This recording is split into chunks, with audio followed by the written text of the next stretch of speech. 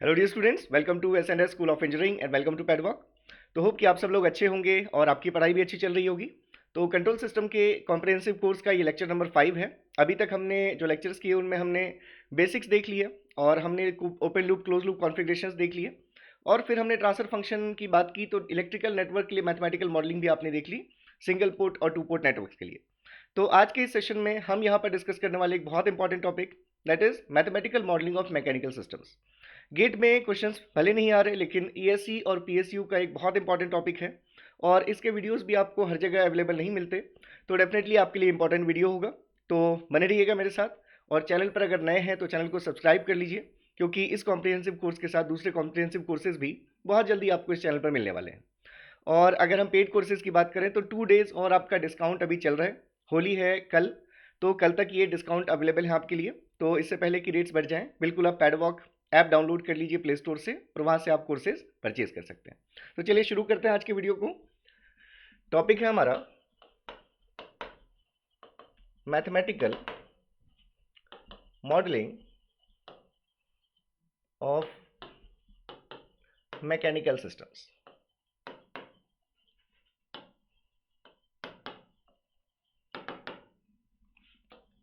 इसमें हम बात करेंगे कितने टाइप के मैकेनिकल सिस्टम्स होते हैं, उनमें क्या एलिमेंट्री उसके एलिमेंट्स हैं जो इंपॉर्टेंट एलिमेंट्स हैं। उसके बाद फिर हम देखेंगे कि मैथमेटिकल अगर कोई मैकेनिकल सिस्टम गिवन है तो उसकी एनालिसिस के लिए हम नोडल डायग्राम कैसे बना सकते हैं और फिर उनका हम ट्रांसफर फंक्शन कैसे फाइंड कर सकते हैं। तो चलिए सबसे पहले अगर हम देखें कि जो मैकेनिकल सिस्टम्स हैं, mechanical systems are divided mainly in 2 types. The first one is translational mechanical system and the next one is rotational mechanical system.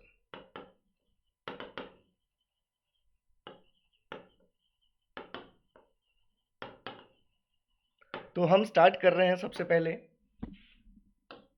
Translational mechanical system. Translational mechanical systems,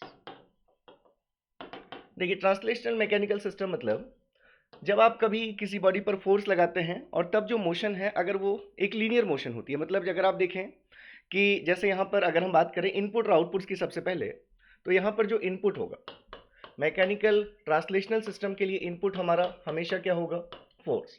और इस फोर्स से जो velocity होगी, जो हमारा वहाँ पर डिस्प्लेसमेंट होगा, वो लीनियर डिस्प्लेसमेंट या फिर लीनियर वेलोसिटी हमारा आउटपुट होगी। तो यहाँ पर जो आउटपुट्स हैं आपके linear displacement,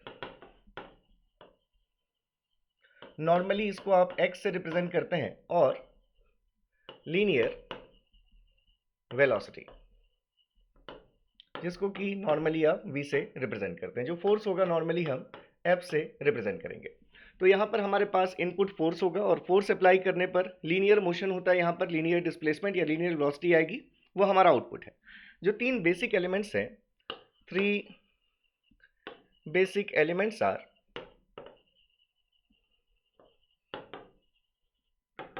first mass, second is damper and the third one is spring। तो अब ये एलिमेंट्स क्या हैं इनका हम डिस्कशन कर लेते हैं। सबसे जो पहला है आपका एलिमेंट, मास एलिमेंट। तो एक चीज आपको हमेशा ध्यान रखनी है कि मास हैज ओनली वन डिस्प्लेसमेंट। कभी भी किसी भी मास एलिमेंट का सिर्फ एक ही डिस्प्लेसमेंट होगा। जैसे अगर हम कहें कि ये हमारे पास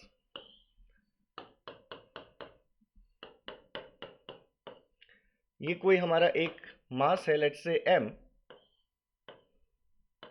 ये अगर हमारा मास है, अगर आपने इस पर कोई फोर्स अप्लाई किया, लेट्स से हमने यहाँ पर एक फोर्स अप्लाई किया F, तो यहाँ पर एक इसका डिस्प्लेसमेंट होगा x, या हम कह सकते हैं इसमें कुछ लीनियर वेलोसिटी आएगी भी। तो यहाँ पर आपको जो ध्यान रखना है कि मास हैज ओनली वन डिस्प्लेसमेंट। अब ये वन डिस्प्लेसमेंट क्या है, एक से ज़्यादा डिस्प्लेसमेंट्स कहाँ होते हैं, ये सभी बातें भी हम आगे करने वाले हैं, ठीक है। तो जब भी आप कोई फोर्स अप्लाई करेंगे किसी मास पर, तो मास कितना फोर्स कंज्यूम करेगा, जो फोर्स एग्जर्ट आप करेंगे तो मास कितना फोर्स कंज्यूम करेगा। तो न्यूटन्स लॉ से आप जानते हैं F equals to M into A, that is force equals to mass into acceleration. तो अगर आप यहाँ देखें तो हम यहाँ पर लिखेंगे कि मास में जितना फोर्स कंज्यूम होगा वो force F is equals to mass into acceleration, और एक्सेलरेशन को अगर आप वेलोसिटी या फिर अपने डिस्प्लेसमेंट से अगर रिलेट करना चाहें तो हम x के टर्म्स में क्या लिख सकते हैं। अगर x हमारा डिस्प्लेसमेंट है तो एक्सेलरेशन को आप लिख सकते हैं d2x upon dt square, d2x upon dt square. ठीक है, तो ये हमारा x भी टाइम का फंक्शन है तो d2x ऑफ t भी लिख सकते थे, लेकिन सिंपली मैंने x से लिखा है तो m into d2x upon dt square लिख दें आप। या फिर अगर वेलोसिटी से आप रिलेट करना चाहते तो इसी को आप ऐसे भी लिख सकते थे, that is mass into v, mass into dv upon dt। क्योंकि आप जानते हैं कि ये जो हम v लिख रहे हैं velocity v is what, dx upon dt। ये जानते हैं आप डिस्प्लेसमेंट को अगर आप डिफरेंशिएट करते हैं तो आपको वेलोसिटी मिलती है। तो इसलिए यहाँ पर या तो हम d2x अपॉन dt स्क्वायर लिख सकते हैं या फिर हम m into dv upon dt लिख सकते हैं। ठीक है, तो जब भी कोई मास होगा तो हमेशा आप मास को कनेक्ट करते हैं प्रिंसिपल नोड और रेफरेंस के बीच में। प्रिंसिपल नोड क्या होगा ये सभी चीज़ें आगे हम देखेंगे। तो हमेशा मास का सिर्फ एक डिस्प्लेसमेंट होगा, तो अगर ये एक m मास है, इसका एक डिस्प्लेसमेंट है x, तो फोर्स कितना कंज्यूम होगा इसमें, that is m into d2x upon dt square. Next element की अगर हम बात करें तो सेकंड यहाँ पर एलिमेंट है हमारा damper element. Damper element it is responsible for friction, ये आप कह सकते हैं ड्यू टू, ये हमारा फ्रिक्शन की वजह से हमारा ये डैम्पर पिक्चर में आता है। तो डैम्पर क्या है, जैसे अगर हम इसको इस तरह से शो करते हैं, अगर ये आपका कोई डैम्पर है, अगर हम डैम्पिंग कोफिशिएंट को b से लिख दें, इसके लिए अगर आप देखें तो न्यूटन पर रेडियन पर सेकेंड इस b की यूनिट होती है। अगर हमने इस डैम्पर में कोई फोर्स अप्लाई किया F, तो अब देखिए डैम्पर डिपेंड करता है कि ये जो डैम्पर है ये रेफरेंस और एक मास के बीच में लगा हुआ है या फिर ये दो मासेस के बीच में ये डैम्पर आपका कनेक्टेड है। तो अगर ये दो मासेस के बीच में डैम्पर कनेक्टेड होगा तो इसके दोनों एंड्स के अलग अलग डिस्प्लेसमेंट्स होंगे।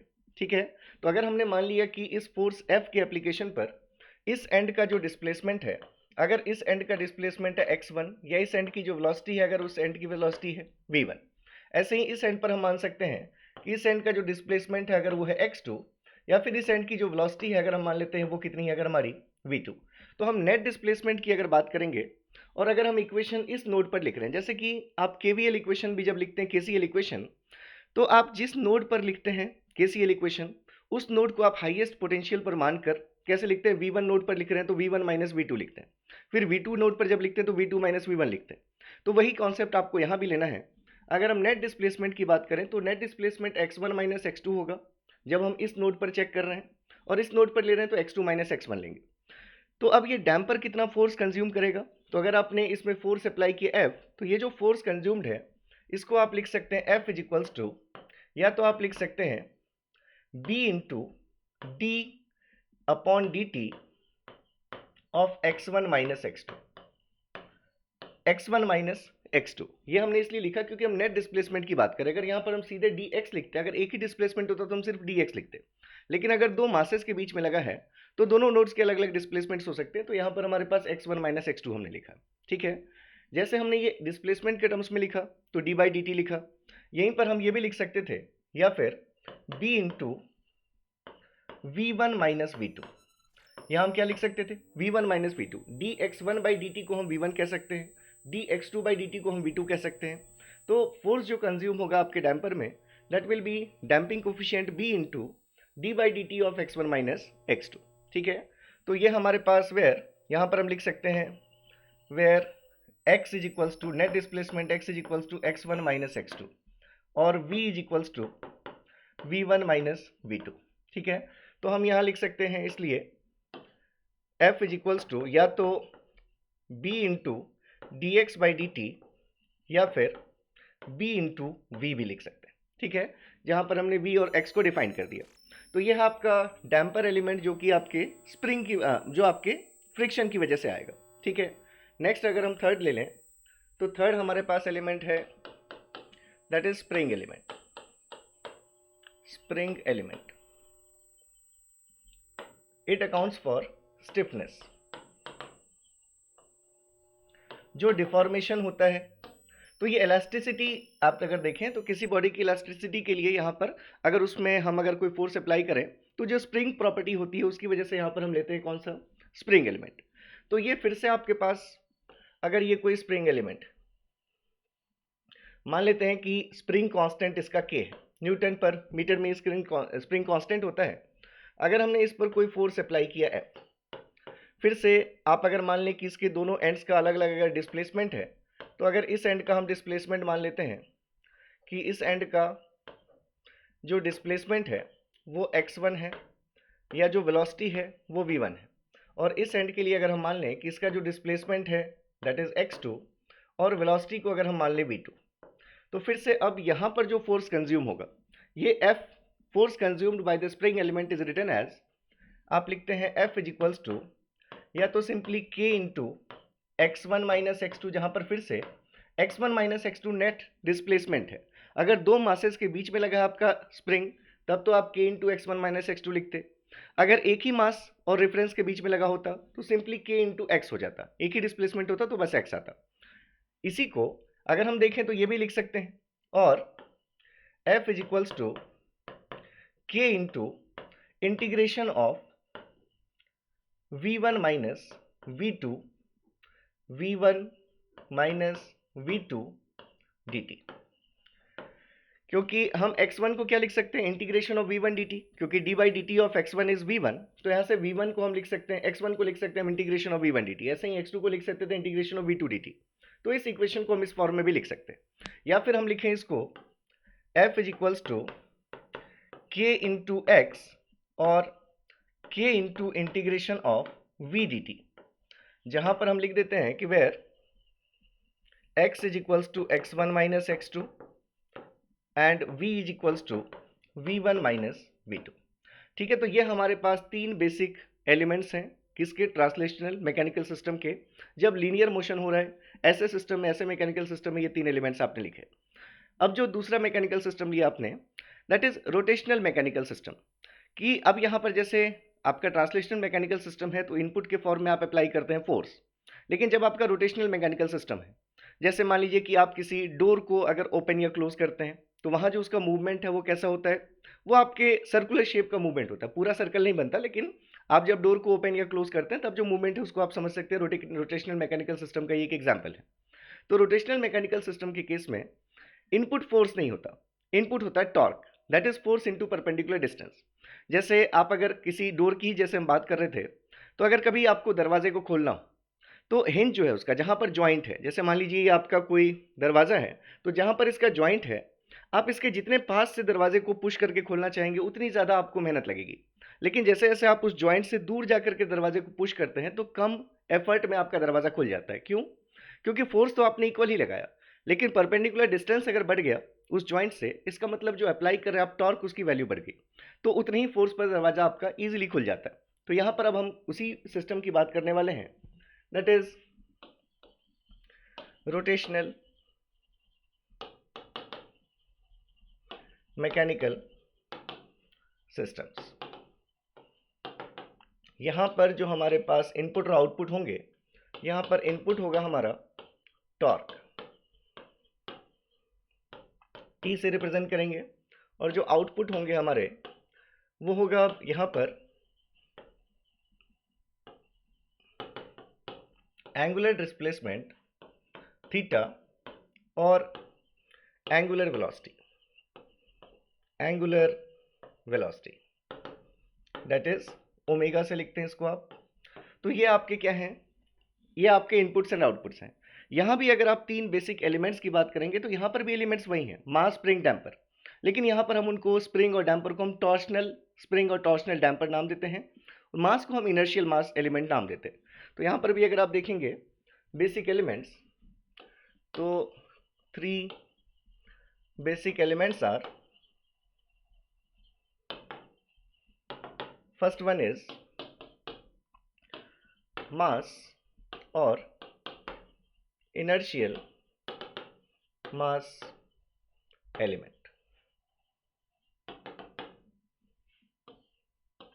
ठीक है, तो ये यहां पर आपके पास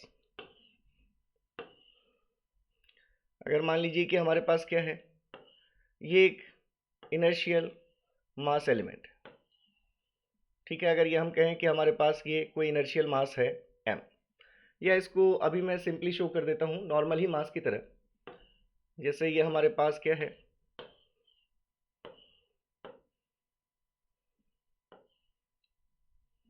ठीक है। मैं इसको आपको बताने के लिए बस मैं आगे एग्जांपल्स में इसको ज़्यादा अच्छे से शो करूँगा। ये मान लीजिए कि हमने कहा कि ये हमारा इनर्शियल मास एलिमेंट है, इसको नॉर्मली हम जे से शो करते हैं, ठीक है। तो यहाँ पर भी मास एलिमेंट है तो इसका एक ही डिस्प्लेसमेंट हो।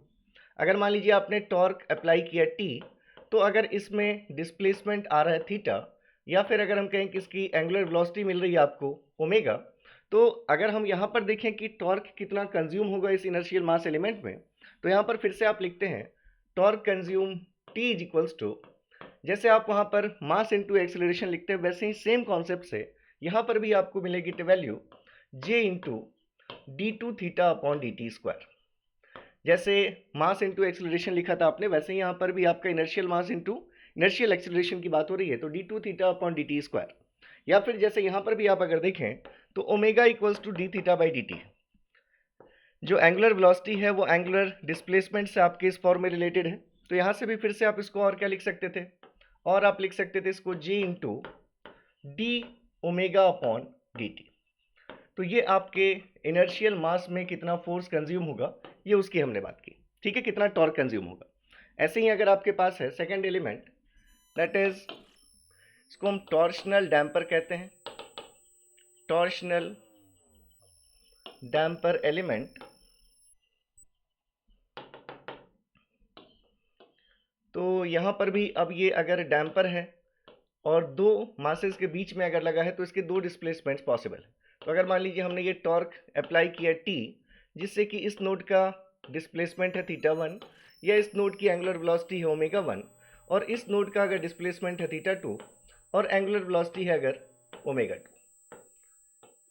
अगर फिर से स्प्रिंग कांस्टेंट को हम b से रिप्रेजेंट करें, तो यहाँ पर हमारा ये डैम्पर कोफिशिएंट को अगर आपने b से रिप्रेजेंट किया तो इस डैम्पर में कितना टॉर्क कंज्यूम हो जाएगा, तो आप लिखेंगे t is equals to, damper के लिए आप लिख रहे हैं तो b into D by D T of theta 1 minus theta 2, या फिर इसी को आप लिख सकते हैं b into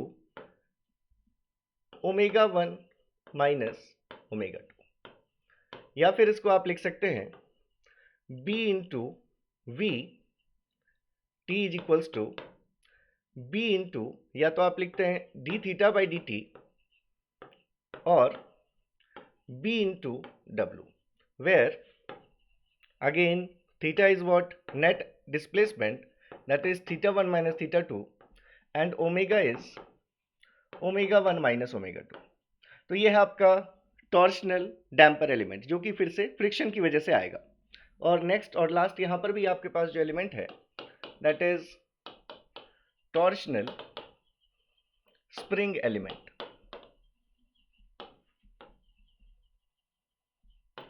so the torsional spring element यहाँ पर भी बिल्कुल वैसा ही है। अगर ये हमारा कोई टॉर्शनल स्प्रिंग है, हमारे पास अगर इसके लिए स्प्रिंग कांस्टेंट k हो, और अगर हम इस पर टॉर्क अप्लाई कर रहे हैं t, जिससे कि इस एंड का डिस्प्लेसमेंट थीटा 1 है, इस एंड की एंगुलर वेलोसिटी ओमेगा 1 है, इस एंड का डिस्प्लेसमेंट थीटा 2 है, और इस एंड की वेलोसिटी अगर ओमेगा 2 है, तो आप यहाँ पर फिर से लिख सकते हैं कि कितना टॉर्क इस स्प्रिंग में कंज्यूम हो जाएगा। तो लिखेंगे आप t इज इक्वल्स टू, या तो आप लिखेंगे k into theta 1 minus theta 2, या फिर आप लिखेंगे k into integration of omega 1 minus omega 2 dt, या फिर आप लिख सकते हैं t is equals to k into theta और k into integration of omega dt, where theta is equals to theta 1 minus theta 2 and omega is equals to omega 1 minus omega 2। तो ये हमारे तीन बेसिक एलिमेंट्स हैं, ठीक है। तो अगर आप देखें यहाँ पर, तो ये जो एलिमेंट्स हैं ये हम जब भी कोई मैकेनिकल सिस्टम्स बनाते हैं तो मैकेनिकल सिस्टम्स बहुत कॉस्टली होते हैं, उनका ऑपरेशन प्रॉपर होगा या नहीं होगा, तो इसलिए हम उन मैकेनिकल सिस्टम्स को डायरेक्टली डिज़ाइन करने से पहले हम ये चाहते हैं कि हम उसके एनालॉगस कोई इलेक्ट्रिकल नेटवर्क बना लें, क्योंकि जो इलेक्ट्रिकल नेटवर्क्स होते हैं उनके जो एलिमेंट्स हैं, रजिस्टर, इंडक्टर, कैपेसिटर, ये रुपीज़, 2 रुपीज़, 5 रुपीज़ के कंपोनेंट्स आपको मिल जाएंगे। तो अगर जैसा हम बॉयलर बनाना चाहते हैं या कोई भी मैकेनिकल सिस्टम बनाना चाहते हैं, अगर हम उसके एनालॉगस पहले बहुत चीप रेट में अगर कोई इलेक्ट्रिकल नेटवर्क बना लें और देख लें कि उसकी वर्किंग प्रॉपर है या नहीं। अगर उसकी वर्किंग प्रॉपर हुई तो उसके एनालॉगस हम मैकेनिकल सिस्टम डिज़ाइन के लिए जाएंगे, नहीं हुई प्रॉपर तो उसको हम प्रॉपर बनाने की कोशिश करेंगे। तो इसके लिए आप पढ़ते हैं एनालॉगस एलिमेंट्स, मतलब एनालॉगस सिस्टम्स। तो मैं यहाँ पर आपको 4 एनालॉगस सिस्टम्स दिखाने वाला हूँ: translational mechanical system, rotational mechanical system, parallel electrical network and series electrical network. और इन चारों पर बेस्ड हमारे पास 2 टाइप्स की एनालॉजी होगी: force voltage analogy and force current analogy, या फिर टॉर्क वोल्टेज और टॉर्क करंट एनालॉजी। तो ये सभी चीज़ें हम अभी समझेंगे और उसके बाद फिर हम नोडल डायग्राम ड्रॉ करना सीखेंगे, ट्रांसफर फंक्शन फाइंड करना सीखेंगे।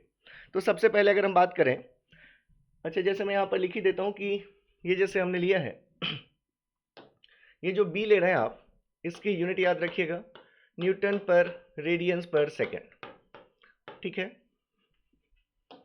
और ये जो है आपका इट इज न्यूटन पर मीटर। चलिए, तो नेक्स्ट हम स्टार्ट कर रहे हैं एनालॉगस सिस्टम्स। बहुत इंपॉर्टेंट है, बहुत इजीली आपको समझ में आ जाएगा। देखिए, मैं सभी यहाँ पर जो कॉन्सेप्ट्स आपसे डिस्कस कर रहा हूँ, ये मैं ये सोचते हुए कर रहा हूँ कि जिनको कुछ नहीं पता, अगर वो भी सीक्वेंस में मेरे वीडियोस देख रहे हैं तो उनको सारी चीज़ें धीरे धीरे क्लियर होने लगेंगी, ठीक है। तो बताइएगा आप लोग कि आपके साथ क्या हो रहा है, आपको बातें समझ में आ रही है नहीं। तो इसमें सबसे पहला हम ले रहे हैं ट्रांसलेशनल मैकेनिकल सिस्टम। तो इस ट्रांसलेशनल मैकेनिकल सिस्टम में अगर हम देखें तो मान लिया हमने कि हमारे पास एक रेफरेंस है, एक डैम्पर है, एक स्प्रिंग है, इससे हमने एक मास को होल्ड किया हुआ है, ये एम मास, ये डैम्पर कोफिशिएंट, ये आपका स्प्रिंग कोफिशिएंट, और हमने इस मास पर एक फोर्स अगर अप्लाई किया है एफ, ठीक है, जिससे कि इस मास का जो डिस्प्लेसमेंट है दैट इज एक्स। इस मास का जो डिस्प्लेसमेंट है वो कितना आ रहा है, एक्स आ रहा है। या फिर हम यहाँ पर वेलोसिटी की भी बात कर सकते हैं कि यहाँ जो वेलोसिटी है इसकी वो कितनी है, अगर लीनियर वेलोसिटी आ रही है भी। अब देखिए, यहाँ पर अगर एक ही मास है तो इस मास का भी डिस्प्लेसमेंट एक्स है और इस स्प्रिंग का भी डिस्प्लेसमेंट एक्स है, इस डैम्पर के लिए भी डिस्प्लेसमेंट एक्स है। तो अब ये जो हम टोटल फोर्स एफ अप्लाई कर रहे हैं, ये टोटल फोर्स एफ इन तीनों एलिमेंट्स में कंज्यूम हो जाएगा। तो मास कितना फोर्स कंज्यूम करेगा आप लिख चुके हैं, डैम्पर कितना कंज्यूम करता है आप लिख चुके हैं, स्प्रिंग कितना कंज्यूम करती है लिख चुके हैं।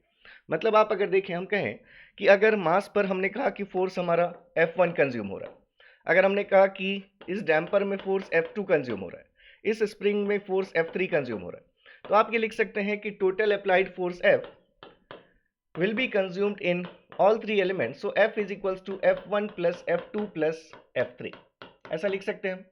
अब F1 मास कितना फोर्स कंज्यूम करेगा, तो अगर इस मास का डिस्प्लेसमेंट है x, तो आप लिख सकते हैं मास m into d2x upon dt square.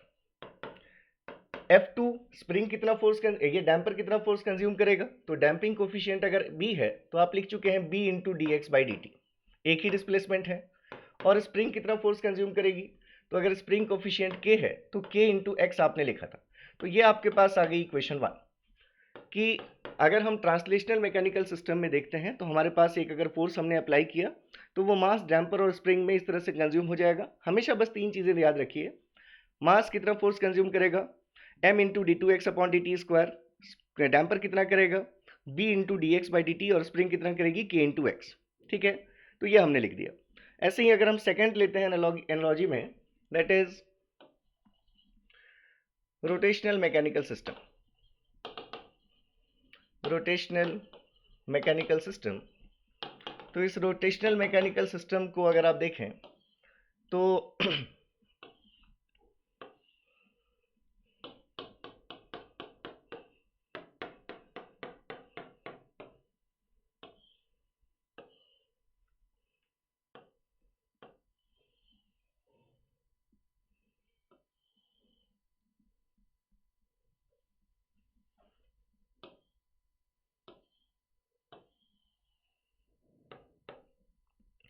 ये अगर हमने मान लिया कि यहाँ पर कुछ स्प्रिंग इसमें है कोफिशिएंट के,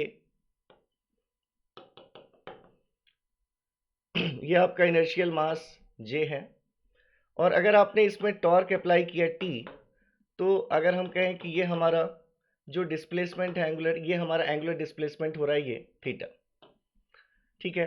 और अगर हम मान लेते हैं कि यहाँ पर हमारा कुछ डैम्पिंग भी है, इस डैम्पिंग को अगर हमने बी से लिख दिया, ठीक है, तो हमारे पास एक रोटेशनल मैकेनिकल सिस्टम है जिसमें हम टॉर्क टी अप्लाई कर रहे हैं। तो कुछ टॉर्क इस इनर्शियल मास में कंज्यूम हो जाएगा, लेट्स से T1, कुछ टॉर्क इस डैम्पर में कंज्यूम हो जाएगा, लेट्स से T2, और कुछ टॉर्क इस स्प्रिंग में कंज्यूम हो जाएगा, लेट्स से T3। तो यहाँ पर भी अगर आप देखेंगे तो total applied torque T is equals to, लिख सकते हैं आप, total applied torque T is equals to T1 plus T2 plus T3। T1 की वैल्यू इनर्शियल मास कितना टॉर्क कंज्यूम करेगी, J into D two theta upon D T square. आपका ये damper कितना टॉर्क कंज्यूम करेगा, B into D theta by D T, and spring कितना torque consume करेगी, तो K इंटू थीटा। तो ये आपके पास आ गई इक्वेशन 2। यहाँ पर ये किसकी वैल्यू है, टोटल टॉर्क T की वैल्यू है। तो देखिए यहाँ पर जैसे आपने पहले फोर्स अप्लाई किया तो तीन एलिमेंट्स में फोर्स आपका डिस्ट्रीब्यूट हो गया, वैसे यहाँ पर आपने टॉर्क अप्लाई किया, एक ही इनर्शियल मास है तो तीनों एलिमेंट्स का एक ही डिस्प्लेसमेंट है। अगर हमने उस डिस्प्लेसमेंट को कह दिया थीटा, तो फिर हमारे पास स्प्रिंग, मास और डैम्पर के लिए हमने तीनों के लिए इंडिविजुअल फोर्स टॉर्क लिखकर तीनों के कॉम्बिनेशन को टी के इक्वेट कर दिया। तो आपको ये दोनों इक्वेशन एक जैसी दिख रही हैं। यहाँ पर फोर्स है, फोर्स की जगह पर यहाँ पर टॉर्क है, बाकी यहाँ पर भी आपको एक सेकंड ऑर्डर डेरिवेटिव, फिर फर्स्ट ऑर्डर डेरिवेटिव और फिर जीरो ऑर्डर डेरिवेटिव दिख रहा है थीटा का। वैसे ही यहाँ पर सेकंड, फर्स्ट और जीरो ऑर्डर डेरिवेटिव है किसका, एक्स का। तो इनके बीच में हम एनालॉजी देख पा रहे हैं। अब ऐसे ही अगर हम थर्ड सिस्टम की बात करें तो थर्ड हम सिस्टम ले रहे हैं सीरीज इलेक्ट्रिकल नेटवर्क। जैसे मान लीजिए आपके पास अगर एक ऐसा इलेक्ट्रिकल नेटवर्क है कि हम ये एक वोल्टेज अप्लाई कर रहे हैं V, और हमारे पास यहाँ पर एक रजिस्टर है, एक इंडक्टर है और एक हमारे पास ये कैपेसिटर है। एक ये तीनों सीरीज में कनेक्टेड दिख रहे हैं आपको, मतलब तीनों में करंट्स की वैल्यू सेम होगी।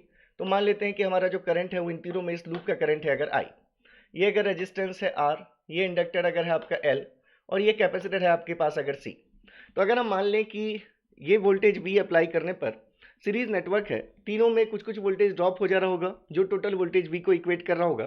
तो अगर हम मान लें कि इस रजिस्टर में जो वोल्टेज ड्रॉप हो रहा है अगर वो V1 है, इंडक्टर में जो वोल्टेज ड्रॉप हो रहा है अगर वो V2 है, और जो कैपेसिटर में वोल्टेज ड्रॉप हो रहा है अगर वो V3 है, तो KVL इक्वेशन से क्या लिख सकते हैं हम, minus V plus V1 plus V2 plus V3 equals to 0। या फिर आप लिख सकते हैं total voltage V is equals to V1 plus V2 plus V3।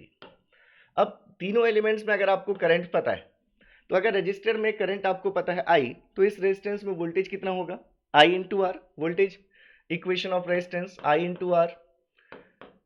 Inductor में कितना वोल्टेज होगा, तो लिखते हैं आप L di by D T, inductor की वोल्टेज इक्वेशन। और कैपेसिटर में कितना वोल्टेज होगा, तो क्या लिखते हैं आप 1 upon C integration of I D T, ये आपके कैपेसिटर की वोल्टेज की इक्वेशन, ठीक है।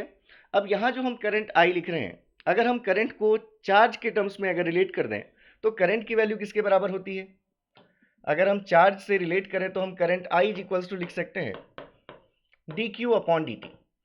तो अगर I की जगह पर D Q upon D T put करेंगे तो ये हो जाएगा R into D Q upon D T, ये हो जाएगा L into D two Q upon D T square, क्योंकि I की जगह पर D Q upon D T put करेंगे तो ये सेकंड ऑर्डर डेरिवेटिव आ जाएगा। और यहाँ पर आपका इंटीग्रेशन और डिफरेंशिएशन क्योंकि t के रिस्पेक्ट में तो कैंसिल आउट होकर यहाँ पर आपको सिर्फ क्या मिलेगा, q अपॉन सी मिलेगा। ये integration of I D T यहाँ से अगर आप देखें तो आप क्या लिख सकते हैं, q is equals to integration of I D T. तो इस integration of I D T को डायरेक्टली हम q लिख सकते हैं, इसको हम r into D Q upon D T लिख सकते हैं, और इसको हम l into D two Q upon D T square लिख सकते हैं। तो अगर ये तीनों मैनिपुलेशन कर दें हम यहाँ पर, तो हमारे पास इस v की वैल्यू आ जाएगी, that is l into D two Q upon D T square plus r into D Q upon D T and plus 1 upon C into Q. तो ये हमारे पास जो इक्वेशन आई, अगर हम इसको इक्वेशन 3 मान लें, फिर से आप देख रहे हैं कि total applied input is equals to, एक आपके पास कुछ कांस्टेंट है सेकंड ऑर्डर डेरिवेटिव है, फिर एक कुछ कांस्टेंट है फर्स्ट ऑर्डर डेरिवेटिव है, और फिर एक कुछ कांस्टेंट है और आपका जीरो ऑर्डर डेरिवेटिव है क्यू का। तो जो पिछले दो इक्वेशंस हैं उनसे हम इसको भी कंपेयर कर सकते हैं। और लास्ट आपके पास जो सर्किट है that is parallel electrical network.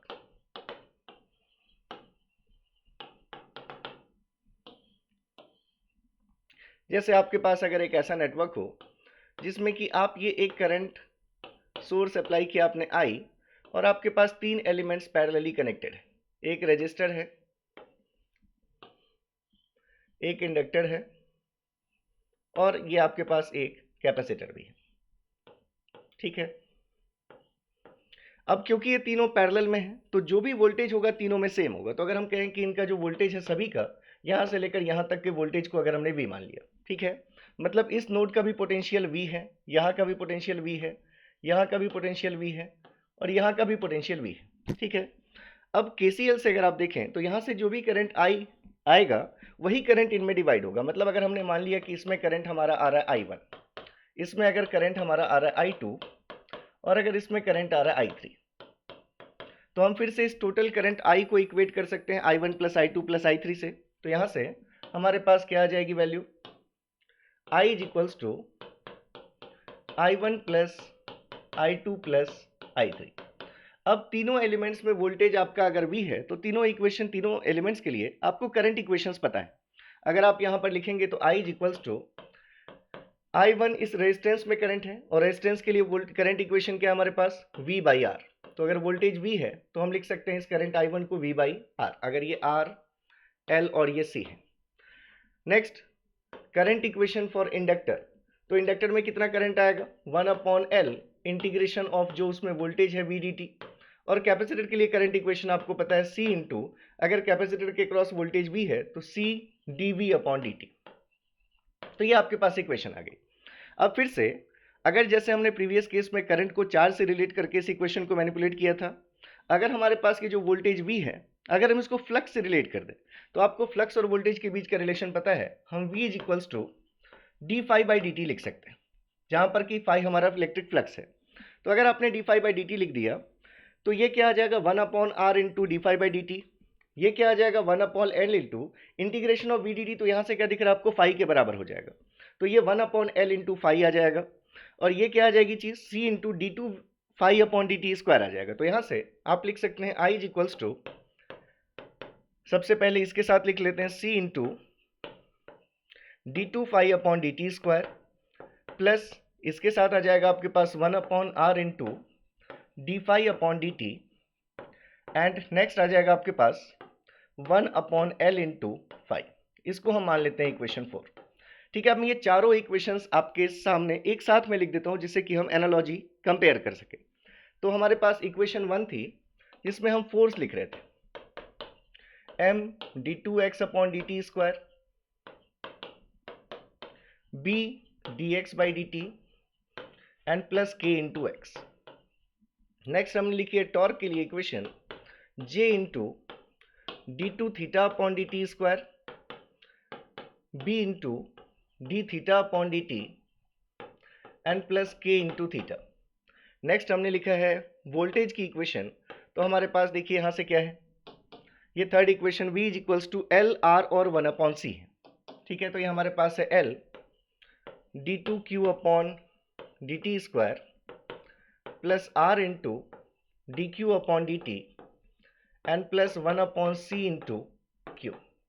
और लास्ट इक्वेशन आपने करंट के लिए लिखी है, तो वहां पर आपके पास वैल्यू है C into d2∅/dt square plus 1/R into d∅/dt and plus 1/L into phi. अब अगर आप यहां पर देखें तो यहां पर हमारे पास एंगुलर डिस्प्लेसमेंट हमारा था x, और एंगुलर वेलोसिटी थी हमारे पास v, जिसको कि हम dx/dt लिख सकते थे। ठीक है, इसके केस में हमारा जो हम जिसका डेरिवेटिव ले रहे हैं, हमारा वो एंगुलर डिस्प्लेसमेंट है थीटा, और हमने लिखा ओमेगा को हम dθ/dt लिख सकते हैं। ऐसे ही यहां पर अगर आपने देखा थर्ड इक्वेशन में, तो यहां पर आपके पास वेरिएबल जो आप ले रहे हैं चार्ज, तो यहाँ पर आप लिख सकते हैं, ये आप जो एनालॉजी में कंपेयर करें तो यहाँ पर हमारे पास है चार्ज Q, और Q के डेरिवेटिव के फॉर्म में हमें करंट मिलता है I, that is dQ upon dt। और लास्ट केस में वो जो हमारा वेरिएबल है वो हमारा वेरिएबल है फाई, और इस फाई से रिलेट करते हैं हम अपने वोल्टेज को, तो हम लिख सकते हैं D phi upon D T. तो अब इन चारों को देखते हुए हमारे पास दो तरह की एनालॉजीज हैं, ठीक है। तो यहां से हम लिख सकते हैं comparing equations 1, 2, 3 and 4, we have two types of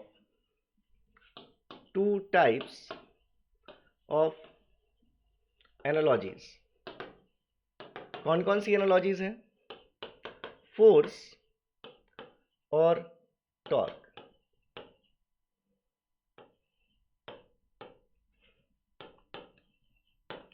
voltage analogy ये पहली है आपके पास, कि आप चाहे ट्रांसलेशनल मैकेनिकल सिस्टम को या रोटेशनल मैकेनिकल सिस्टम के एनालॉगस अपना सीरीज इलेक्ट्रिकल नेटवर्क बना सकते हैं, या फिर आप दूसरी एनालॉजी यूज कर सकते हैं फोर्स और टॉर्क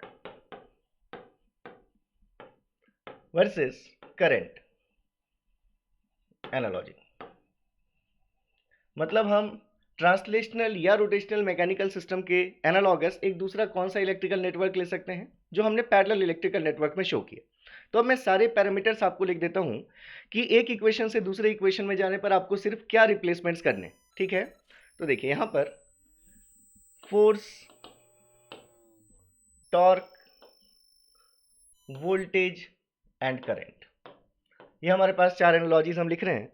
तो फोर्स में आपने देखा था कि मास होता है, डैम्पर होता है, स्प्रिंग होता है।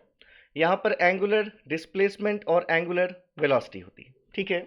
सेम आपने जो कॉन्सेप्ट देखा वो टॉर्क के केस में आपने देखा कि यहाँ पर मास को हम इनर्शियल मास जे से शो करते हैं, डैम्पर यहाँ भी बी से, और स्प्रिंग को यहाँ भी हम के से शो करते हैं।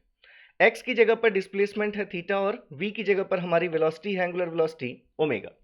यही चीज़ जब हम वोल्टेज में आए सीरीज इलेक्ट्रिकल नेटवर्क में, तो वहाँ पर हमारे पास मास की जगह पर आप देखेंगे तो आपको मिलेगा L, रेजिस्टर मिलेगा आपको B की जगह पर, और K की जगह पर आपको वैल्यू मिलेगी 1/C। यहाँ पर आपका चार्ज Q है, और dQ अपॉन dt की जगह पर आपके पास I है। ऐसे ही इसके केस में आपने देखा कि यहाँ पर आपको देखिए ये जो हमने लिखा है थर्ड केस में, ये हमने लिखा L, R और 1/C। फाइनल केस में आपके पास C 1/R और 1/L है। तो ये यहाँ पर हमारे पास है C 1/R 1/L, और यहाँ पर फाई और वोल्टेज आपके पास ये रिजल्ट्स हैं। तो अगर आपको कभी फोर्स वोल्टेज एनालॉजी बनानी होगी, तो जैसे आपने अगर कोई ट्रांसलेशनल मैकेनिकल सिस्टम के लिए इक्वेशंस लिख रखी हैं, तो उन इक्वेशंस में जहाँ M है उसको L से रिप्लेस कर देंगे, जहाँ B होगा वहाँ पर रजिस्टर R से रिप्लेस कर देंगे, जहाँ K होगा वहाँ 1/C से रिप्लेस कर देंगे, और फिर उसके अकॉर्डिंग हमारे पास रिजल्ट्स आ जाएंगे, मतलब इक्वेशंस कन्वर्ट हो जाएंगे।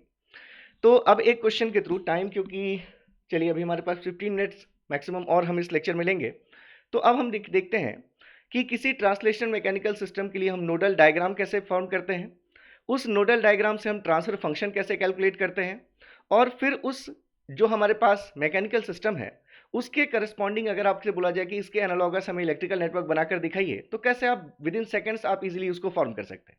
तो चलिए सबसे पहले अगर हम बात करें कि जैसे अगर हमने एक क्वेश्चन ले लिया, एक हमने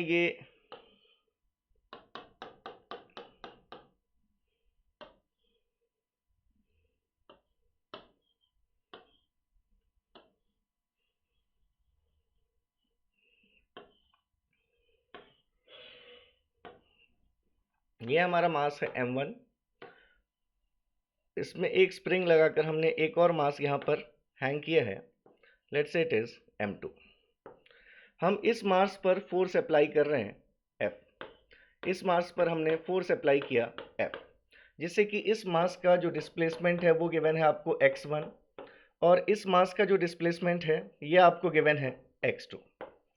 m1 m2 है, ये B, ये K1 और ये K2 स्प्रिंग कांस्टेंट्स हैं, ठीक है। तो आपके पास एक ट्रांसलेशनल मैकेनिकल सिस्टम गिवन है जिसमें एक मास को पहले रेफरेंस के साथ हैंग किया गया है डैम्पर और स्प्रिंग के साथ, और फिर इस मास और इन दो मासेस के बीच में एक स्प्रिंग लगाई हुई है आपकी K2। अब इसके लिए देखिए क्वेश्चन क्या क्या है। क्वेश्चन है आपका, draw the nodal diagram first, second is find the transfer function, third is find analogous series and parallel electrical networks। तो मैं यहाँ पर सबसे पहले कुछ स्टेप्स लिखने वाला हूँ कि जब आपके पास कोई भी ट्रांसलेशनल मैकेनिकल सिस्टम या रोटेशनल मैकेनिकल सिस्टम आता है तो उसके लिए आप नोडल डायग्राम कैसे बनाएंगे। बहुत सिंपल है, 3 स्टेप्स बस मैं लिखूंगा और उन 3 स्टेप्स से आप किसी भी सिस्टम के लिए, चाहे ट्रांसलेशनल मैकेनिकल सिस्टम हो या रोटेशनल मैकेनिकल सिस्टम हो, आप बिल्कुल अपना नोडल डायग्राम बना सकते हैं। तो यहाँ पर हम लिख देते हैं steps to draw nodal diagram.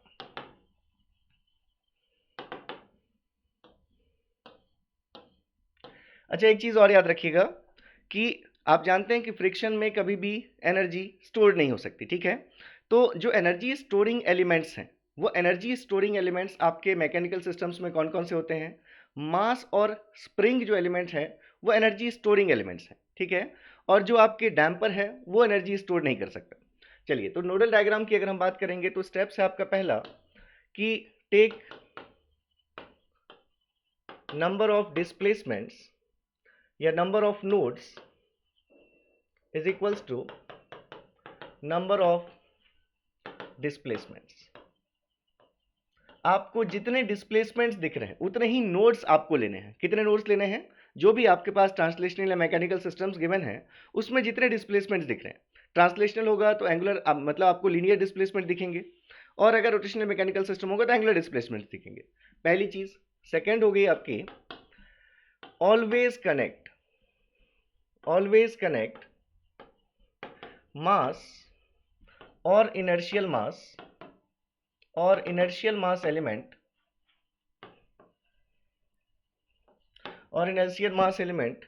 between principal node and reference. हमेशा जो आपके मास एलिमेंट्स होंगे, इनर्शियल मास एलिमेंट्स होंगे, उनको हमेशा आपको रेफरेंस और उस मास का जो डिस्प्लेसमेंट है जिसको आपने एक नोड लिया होगा, हमेशा उस नोड और रेफरेंस के बीच में ही मास कनेक्ट होगा, ठीक है। थर्ड है आपका connect spring and damper elements either between two principal nodes or between principal node and reference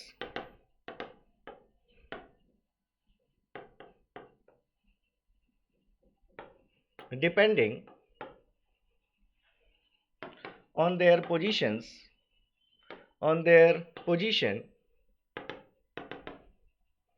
in the given system। जो आपके पास सिस्टम गिवन होगा उसमें दिख रहा होगा आपको कि जो आपके स्प्रिंग या डैम्पर एलिमेंट्स हैं वो दो मासेस के बीच में कनेक्ट हैं या एक मास और रेफरेंस के बीच में कनेक्ट है। तो अगर आपकी स्प्रिंग या डैम्पर एलिमेंट एक मास और रेफरेंस के बीच में कनेक्टेड है तो आप उस डैम्पर को भी रेफरेंस और एक प्रिंसिपल नोड के बीच में कनेक्ट करेंगे। और अगर आपकी स्प्रिंग या डैम्पर एलिमेंट्स दो मासेस के बीच में कनेक्ट है तो नोडल डायग्राम में आपका जो स्प्रिंग या डैम्पर होगा वो दो प्रिंसिपल नोड्स के बीच में कनेक्ट होगा, क्योंकि दोनों का मास का जो डिफरेंस डिस्प्लेसमेंट होगा उनकी जगह पर आपने दो नोड्स लिए होंगे तो उनके बीच में आपका स्प्रिंग या डैम्पर एलिमेंट लगेगा। अभी मैं दिखा रहा हूँ आपको बनाकर। इसके बाद फिर हमारे पास लास्ट स्टेप होगा fourth, right the describing equations at each node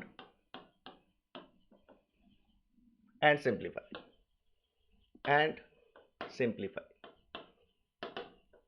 तो देखिए, सबसे पहले अगर हम इस वाले अपने सिस्टम के लिए अगर नोडल डायग्राम बनाना चाहते हैं, बहुत ध्यान से देखिएगा, बिल्कुल सिंपल, आपको समझ में आ जाएगा।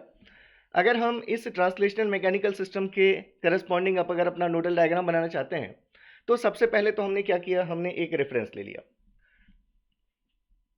ये हमने सबसे पहले ले लिया एक रेफरेंस, ठीक है। अब हमें इस मैकेनिकल सिस्टम में कितने डिस्प्लेसमेंट्स दिख रहे हैं, उतने हमें नोड्स लेने हैं। तो आपको दो डिस्प्लेसमेंट्स दिख रहे हैं, x1 और x2। दो डिस्प्लेसमेंट्स दिखे तो हमने ये दो नोड्स ले लिए। ये हमने एक नोड ले लिया, इस नोड को हमने नाम दे दिया x1, और एक हमने ये दूसरा नोड ले लिया, इस नोड को हमने नाम दे दिया x2। ये हमारा दूसरा नोड है x2। अब हम इसमें सभी एलिमेंट्स को कनेक्ट करेंगे। तो सबसे पहला जो हमारा मास दिख रहा है हमें m1, ये m1 हमें दिख रहा है कि रेफरेंस से कनेक्टेड है, ठीक है। वैसे भी मास आपको हमेशा कहां पर कनेक्ट करना है, प्रिंसिपल नोड और रेफरेंस के बीच में। तो इस मास का डिस्प्लेसमेंट क्या है, x1, तो हम m1 को कहां कनेक्ट करेंगे, x1 जो नोड लिया होगा हमने, उस नोड x1 और रेफरेंस के बीच में m1 कनेक्ट होगा। ऐसे ही x2 आपका डिस्प्लेसमेंट है m2 मास का, तो m2 मास आप कनेक्ट करेंगे x2 नोड और रेफरेंस के बीच में। तो पहले तो हम ये दोनों मासेस कनेक्ट कर लेते हैं। तो x1 नोड से हमारा हमने ये मास m1 कनेक्ट कर दिया, ये m1 कनेक्ट हो गया प्रिंसिपल नोड और रेफरेंस के बीच में। ये मास m2 कनेक्ट हो गया यहाँ पर प्रिंसिपल नोड और रेफरेंस के बीच में, ये m2 है प्रिंसिपल नोड और रेफरेंस के बीच में। अब इसके बाद जो जो आपको पोजीशंस दिख रही हैं आपके मैकेनिकल सिस्टम में, वैसे आपको यहाँ पर कनेक्शंस करने हैं। जैसे सबसे पहले आपको क्या दिख रहा है कि जो हम फोर्स अप्लाई कर रहे हैं वो हम m1 पर अप्लाई कर रहे हैं। तो m1 और रेफरेंस के बीच में आप ये फोर्स अप्लाइड दिखाइए F। तो ये हमने m1 और जो m1 का डिस्प्लेसमेंट है x1, यहाँ पर हमने फोर्स अप्लाइड दिखाया। ये हमने क्या अप्लाई किया, फोर्स अप्लाई किया। m1 वाले x1 जिस चीज़ का डिस्प्लेसमेंट है वो कौन कौन से हैं, तो ये डैम्पर भी आपको दिख रहा है इस मास और रेफरेंस के बीच में, स्प्रिंग भी आपको दिख रही है मास और रेफरेंस के बीच में। तो ये डैम्पर बी और स्प्रिंग K1 हम लगा देते हैं इस मास का जो डिस्प्लेसमेंट है x1 और रेफरेंस के बीच में। तो ये हमारे पास दो हमने एलिमेंट्स यहाँ पर यूज़ कर लिए। एक हमने ये डैम्पर लगा दिया, इस डैम्पर का नाम है कोफिशिएंट बी है, और हमने यहाँ पर एक स्प्रिंग भी लगा दी। इस स्प्रिंग का नाम क्या है, स्प्रिंग कोफिशिएंट है इसका K1। और देखिए क्या और कोई चीज़ इस x1 नोड से कनेक्टेड है, तो आपको दिख रहा है कि x1 और x2 के बीच में ये स्प्रिंग लगी हुई है K2। तो इस K2 स्प्रिंग को भी हमने कनेक्ट कर दिया कहाँ पर, ये क्योंकि दो मासेस के बीच में लगी है तो दोनों मासेस का जो डिस्प्लेसमेंट है उनके बीच में हमने ये कनेक्टेड शो कर दिया, ये हमारी स्प्रिंग है K2। तो हमने m1 मास के साथ जितनी भी चीज़ें कनेक्टेड थी, m1 मास पर हमने फोर्स अप्लाई किया था, लगा दिया हमने, मास हमने ड्रॉ कर दिया, हमने एक डैम्पर लगा दिया, ये स्प्रिंग लगा दी, और ये जो स्प्रिंग थी ये दोनों मासेस के बीच में कनेक्टेड है। अब आप नोड x2 पर देख लीजिए, कुछ और दिख रहा है आपको, नहीं दिख रहा। अगर यहाँ पर भी कुछ मास स्प्रिंग कुछ लगा होता तो वो भी हम कनेक्ट करते। तो देखिए ये आपका इतने सिंपली ये बन चुका है नोडल डायग्राम। यहाँ पर आपका नोडल डायग्राम बन गया। अब हम इन दोनों नोड्स पर इक्वेशंस लिखेंगे, इस नोड पर भी और इस नोड पर भी। तो अगर हम इक्वेशन लिखेंगे पहले x1 नोड पर, तो हमारे पास दिख रहा है इस नोड पर हमारा एक फोर्स अप्लाई हो रहा है, कितना, F। तो अगर हम इक्वेशन लिखें तो क्या लिखेंगे हम लिखेंगे पहले इक्वेशन एट नोड x1। तो x1 नोड पर क्या इक्वेशन है, सबसे पहले हमारा फोर्स कंज्यूम जो हो रहा है उसकी वैल्यू है F। उस नोड पर एक फोर्स लगा हुआ है F। तो ये फोर्स किस किस में कंज्यूम हो रहा है, तो यहाँ पर आपको टोटल इतने एलिमेंट्स दिख रहे हैं, 1 2 3 4 एलिमेंट्स आपको यहाँ से कनेक्टेड दिख रहे हैं। तो क्या लिखेंगे हम इनका इक्वेशंस इनकी, मास कितना फोर्स कंज्यूम करता है आपको पता है m d2x by dt square, damper कितना करता है b into dx by dt, spring कितना करता है k इंटू x। लेकिन जैसे ये स्प्रिंग है तो दोनों के बीच में लगा है, तो इसके लिए क्या लिखेंगे, k2 इंटू x1 नोड पर इक्वेशन लिख रहे तो हम लिखेंगे x1 माइनस x2। तो हमारे पास इस नोड पर जो इक्वेशन है वो इक्वेशन ऐसे ही आ गई, मास m1 कनेक्टेड है d2x1 बाई dt स्क्वायर, एक डैम्पर b कनेक्टेड है उसमें कितना फोर्स कंज्यूम हो जाएगा, dx1 बाई dt।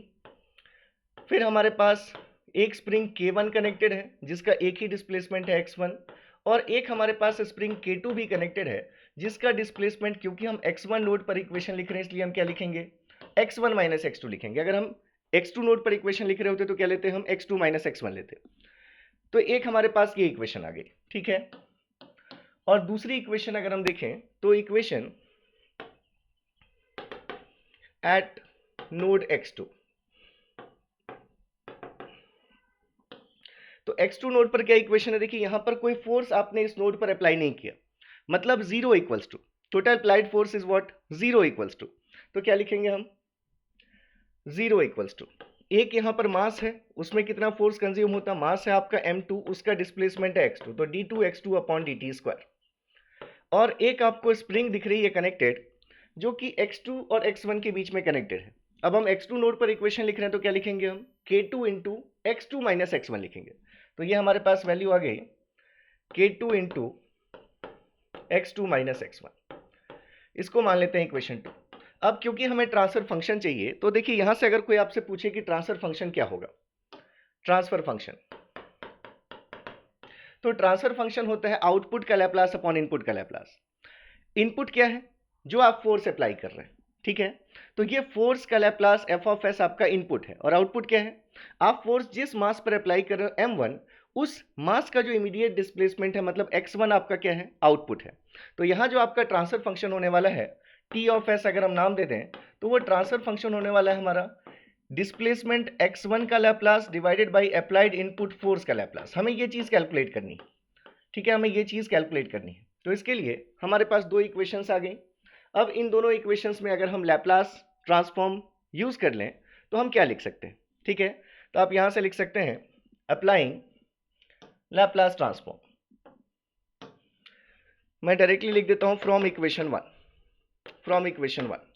इस इक्वेशन में अगर लैप्लास अप्लाई किया, तो एफ का लैप्लास हमने लिख दिया F of S is equals to m1, तो कांस्टेंट है आपका, x1 का लैप्लास अगर x1 ऑफ s लिखें, तो सेकंड ऑर्डर डेरिवेटिव है, तो क्या हो जाएगा, s स्क्वायर इंटू x1s।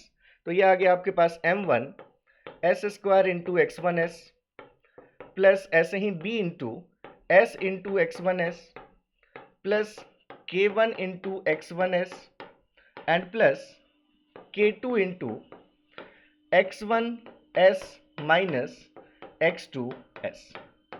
ये ऐसा दिख रहा है हमें। तो अब यहां से अगर हम थोड़ा सा इसमें और सिंप्लीफिकेशन कर लें, तो हम ये लिख लेते हैं F of S is equals to, अगर हम देखें x1 जिन सब में है, x1 अगर हम कॉमन करके लिखना चाहें, तो हम लिख सकते हैं m1 s square plus B S plus k1 and plus k2 into x1 of S. ये x1 ऑफ एस इन सब में से हमें दिख रहा था, k2 में भी x1 s एक है। अब यहां पर हमारे पास एक चीज क्या रहेगी, minus k2 of x2s, minus k2 into x2 of s रह गया। इसको हम मान लेते हैं इक्वेशन 3, इसको हम मान लेते हैं इक्वेशन 3। अब देखिए इसी इक्वेशन से हमें ट्रांसफर फंक्शन मिल जाता।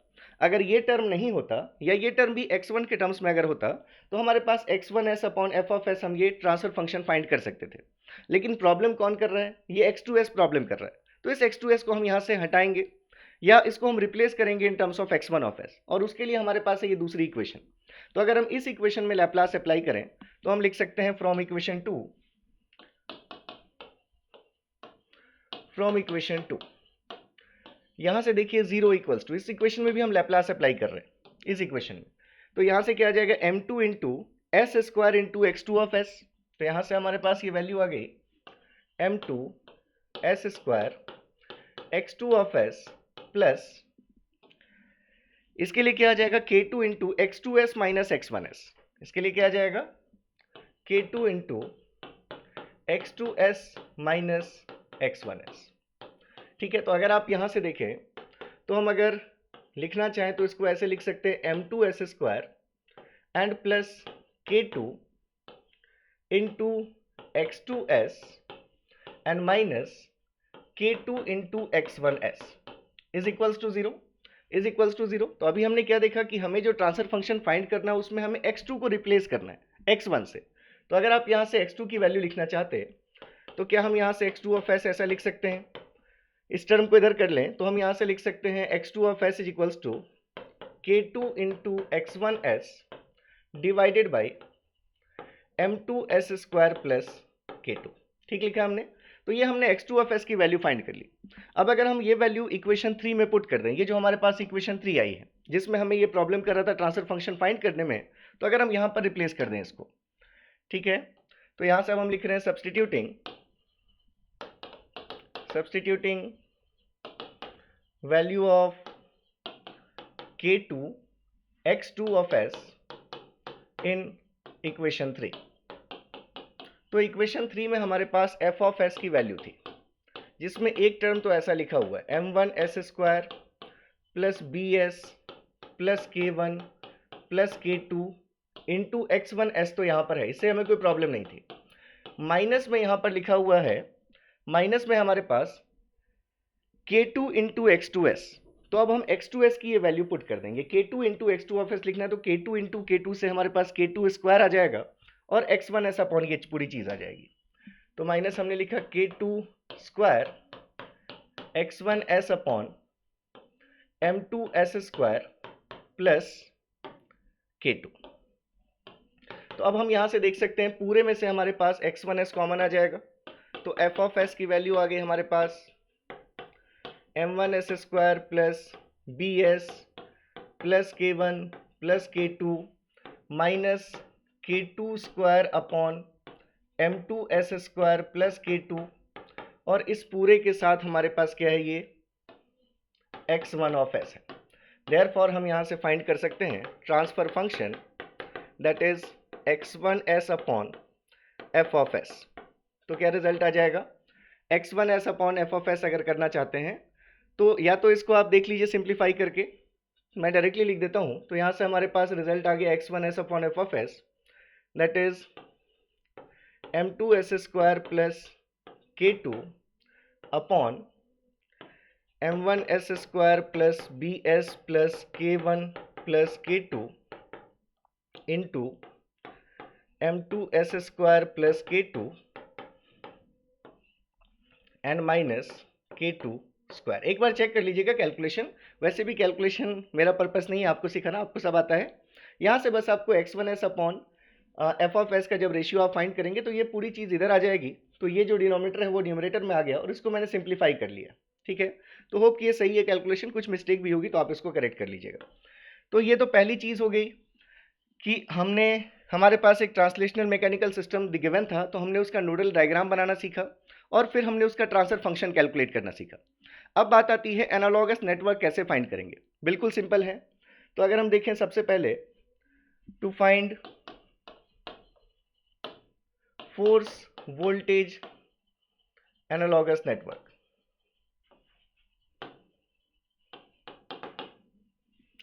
इसमें जो फोर्स करंट एनालॉगस नेटवर्क का रिजल्ट होगा वो भी आपके लिए इंटरेस्टिंग होगा, तो वो देखते रहिएगा।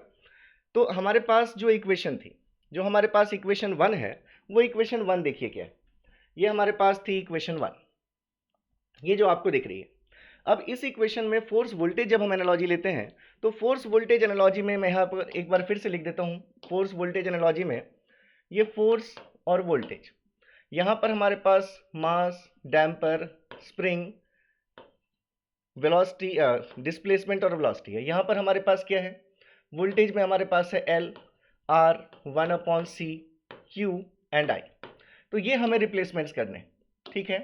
तो हमारे पास जो इक्वेशन 1 थी वो इक्वेशन 1 कैसी थी, इक्वेशन 1 ये हमारे पास थी F इज इक्वल्स टू, ये हमारे पास लिखा हुआ था m1 d2x1 upon dt square plus b dx upon dt plus k1 x1 it is x1 plus k2 x1 minus x2। ठीक है, अगर हमने यहाँ पर ये रिप्लेसमेंट्स किए जो कि मैंने आपको शो किया तो क्या आ जाएगा रिजल्ट यहाँ से। अगर आपने ये रिप्लेसमेंट्स किए तो आप लिख सकते हैं F की जगह पर voltage V is equals to, mass की जगह पर क्या लिखेंगे हम L, तो लिख दिया हमने L1। D2 x1 की जगह पर क्या लिखेंगे हम, x की जगह पर लिखते हैं हम Q, तो D2 Q1 upon dt square plus B into dQ1 upon dt and plus K1 into Q1, sorry B की जगह पर क्या आएगा, B की जगह पर हमें लेना है रजिस्टर R, K की जगह पर क्या लेना है हमें 1/C, तो Q1 अपॉन C1 लिख देते हैं।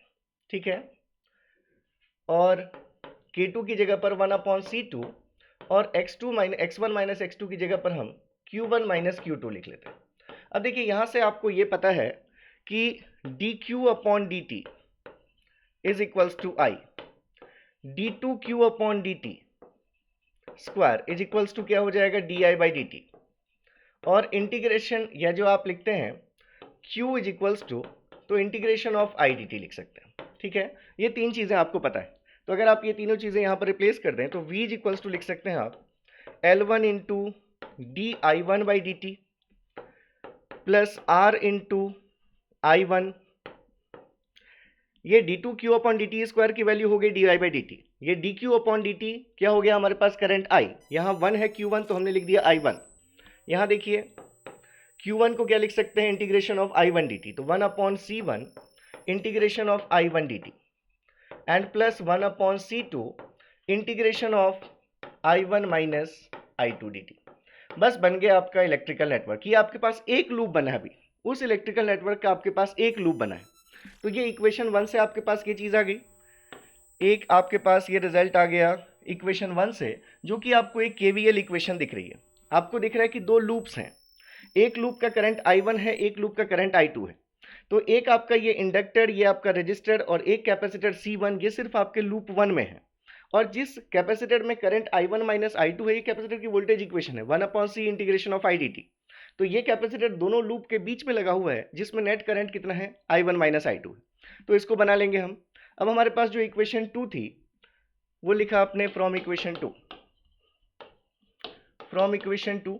इक्वेशन 2 थी आपके पास 0 is equals to m2 into d2x2 upon dt square और plus k2 into x2 minus x1, ये था आपका। अगर यहां पर फिर से रिप्लेस करेंगे तो क्या आ जाएगी value, 0 is equals to m को रिप्लेस करते हैं हम l से, तो इंडक्टर है हमारा L2, d2 x की जगह पर q लिखेंगे q2 upon dt square, k2 की जगह पर 1 upon c2, x2 minus x1 की जगह integration of q2 minus q1 dt।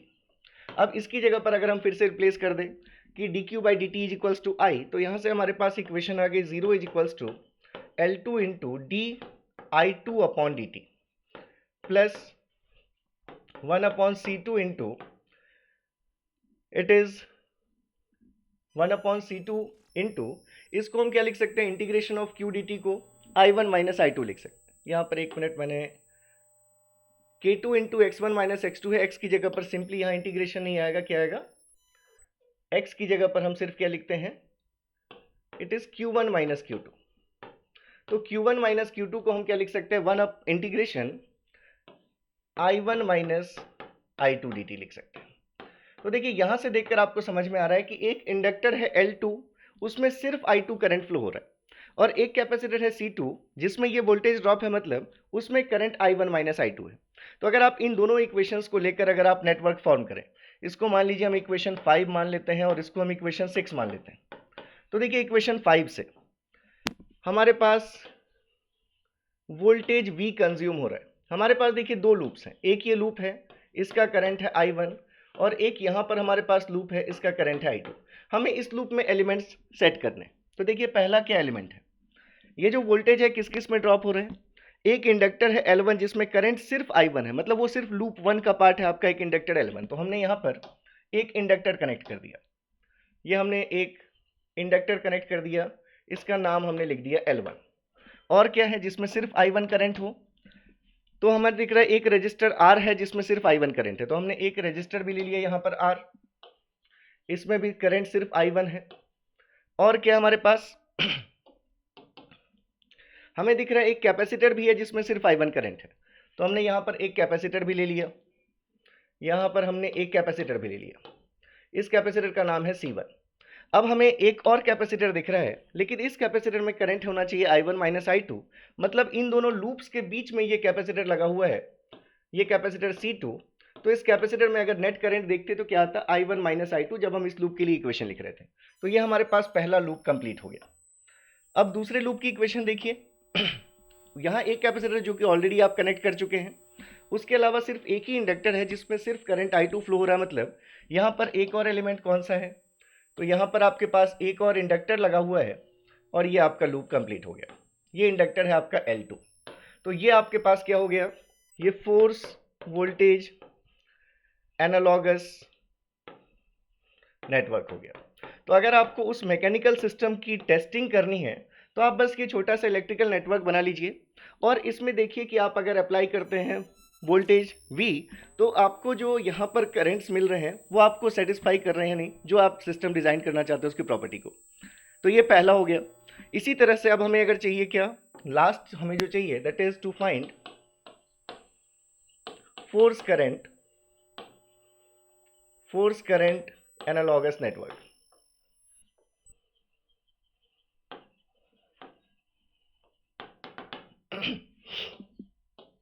तो देखिए मैं फिर से उन्हीं इक्वेशंस में रिप्लेसमेंट करूंगा। फोर्स करंट में क्या होती है एनालॉजी, अगर हम फोर्स और करंट की बात करते हैं तो यहाँ मास, डैम्पर, स्प्रिंग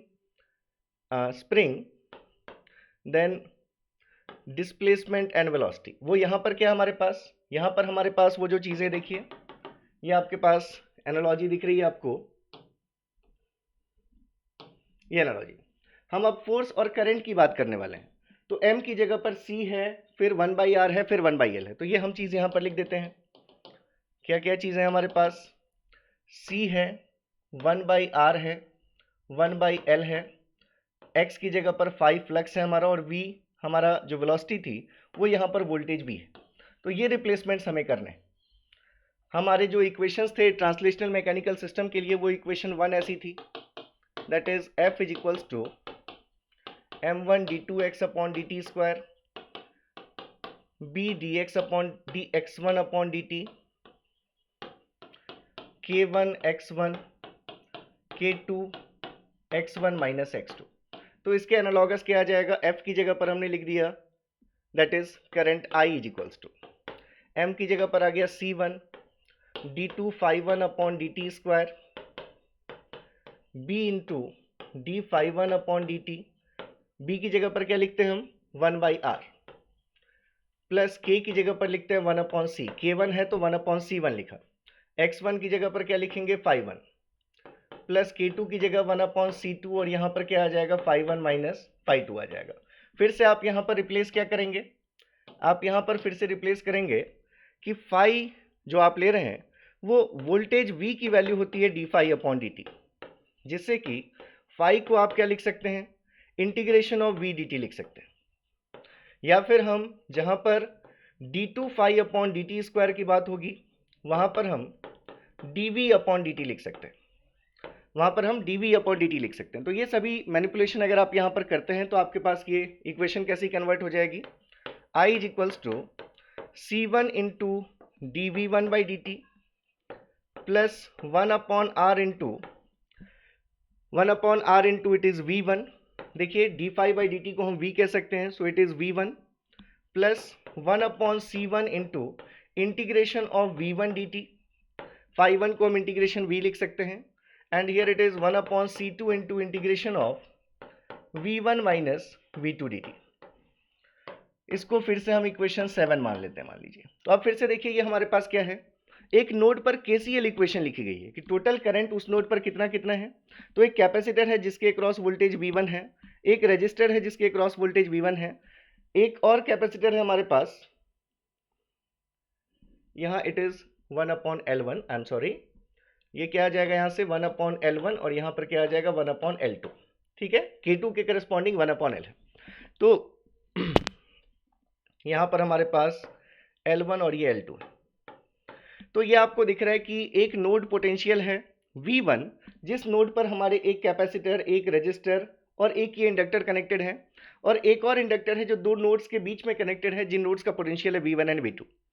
तो ये हमारे पास एक इक्वेशन आ गई। सिमिलरली फ्रॉम इक्वेशन 2, तो इक्वेशन 2 क्या थी आपके पास ट्रांसलेशनल मैकेनिकल सिस्टम से, 0 is equals to m2 into D two x two upon D T square and plus k2 into x2 minus x1। Replacements किए हमने तो हम लिख सकते हैं 0 is equals to c2 into D two phi two upon D T square and plus k की जगह 1 upon L2 into, यहाँ पर हम लिख सकते हैं x2 की जगह पर phi two minus phi one. ठीक है, अब हम यहाँ पर फिर से मैनिपुलेट करें तो 0 equals to c2 into d phi by D T को हम वोल्टेज V कह सकते हैं, तो ये रिजल्ट हमारे पास dv2 बाई dt हो जाएगा, plus 1 upon L2 into integration of V2 minus V1 dt। इसको कुछ भी इक्वेशन नाम दे देते हैं 8। देखिए आपका नेटवर्क बन चुका है, दो नोड पोटेंशियल्स हमें लेने हैं V1 और V2, ठीक है। तो हमारे पास इस टाइप का ये डायग्राम आ जाएगा, मैं बना देता हूँ, आप चेक कर लीजिए।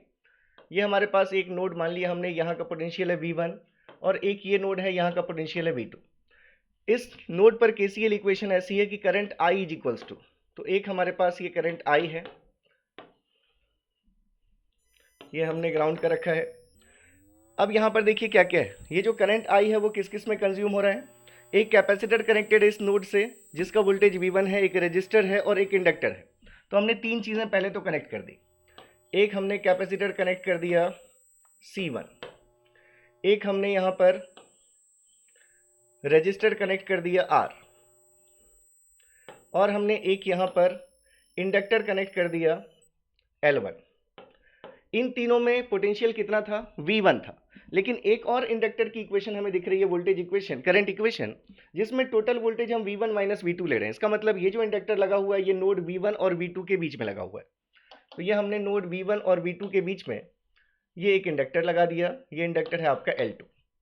और आपको जो इस नोड से दिख रहा है कनेक्टेड, अब जब हम V2 नोड पर जाएंगे तो V2 नोड पर जो इक्वेशन है वो ये इक्वेशन है, 0 इक्वल्स टू, मतलब वहाँ पर कोई करंट, इनकमिंग करंट नहीं है। तो बाकी जो करंट्स हैं वो ये एक C2 है, मतलब जिसमें पोटेंशियल सिर्फ V2 पोटेंशियल हो। तो यहाँ पर आपने क्या किया, एक आपने कैपेसिटर लगाया C2 जिसमें वोल्टेज है V2, तो ये आपका कैपेसिटर आ गया C2। और इसके बाद ये आप ऑलरेडी लगा चुके हैं, ये जो आप देख रहे हैं, दिखा रहे हैं L2, यही आपकी इक्वेशन, आप ऑलरेडी ये एलिमेंट आप लगा चुके हैं। तो ये आपके पास क्या आ गया, it is force current analogous network.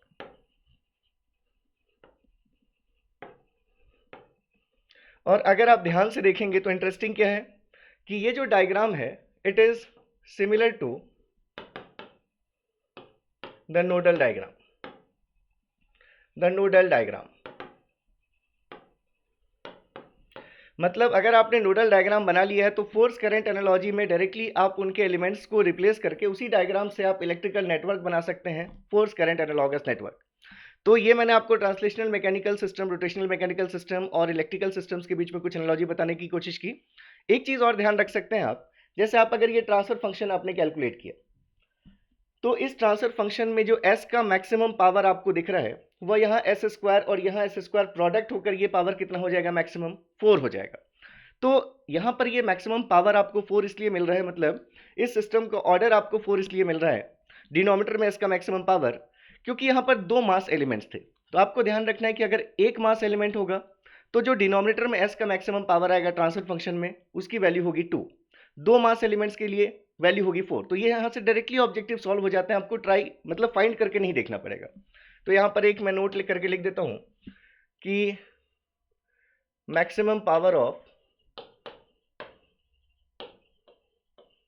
Of S in denominator of transfer function, that is order of the system जिससे डिफाइन होगा। तो ये आपको ध्यान रखना है कि अगर एक मास एलिमेंट है, वन मास एलिमेंट, तो ये पावर आपको मिलेगा 2। अगर दो मास एलिमेंट्स होंगे, टू मास एलिमेंट्स, तो ये वैल्यू आपको मिलेगी 4। Three mass elements, then order will be 6 and so on.